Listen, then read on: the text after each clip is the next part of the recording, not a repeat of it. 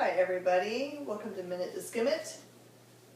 As you can see, Purper is already here for his beauty shot. At least we get to see his face and not his butt today. Alright, I'm going to group them into my rebirth stuff here, because I know that's what you guys are interested in. First, we have three, actually there were more. There's a Wonder Woman also this week, but our shipment was short shipped, so I didn't want to take it. I wanted to make sure they all made it to the boxes first. So, Superman Action Comics. If you read the Rebirth #1 title, then you're right where you need to be able to jump in here. Just so that you know, the Action Comics, the Detective Comics titles, I've already had other big stores asking for our copies of these, even ahead of the release. So just know they're going to go fast, and they're very popular, so don't miss out on them. This one deals directly with the aftermath after Superman's death. I know you guys have got to know that. It should not have to say spoiler alert at this time. And then Detective Comics deals with Batman needing to put together a team to help fight off the big threat that they are having, Metropolis, sorry. And this is what everyone's been really excited about. This is happens right directly after Rebirth also. We have Wally interacting, excuse me.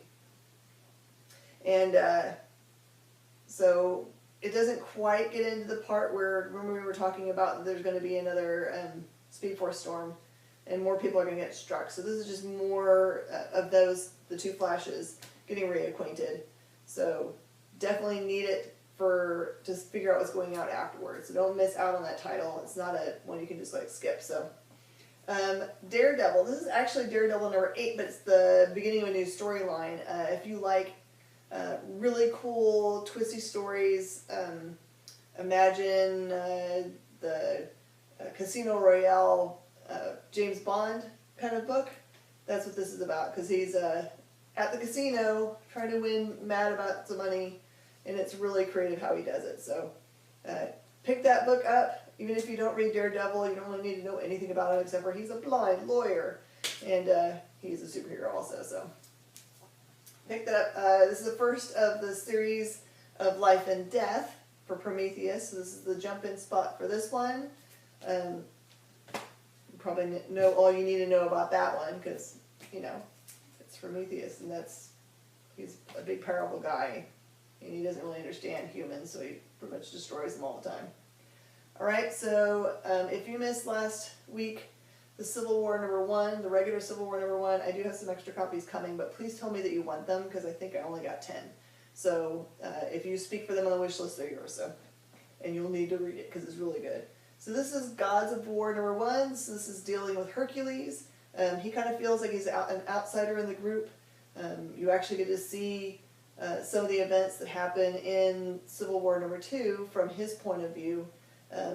He's got some bad guys from his past show up and try to convince him that the rest of the heroes don't care about him, which is probably not true, but we don't see from their point of view yet. And so he decides to get back together with the Gods of War.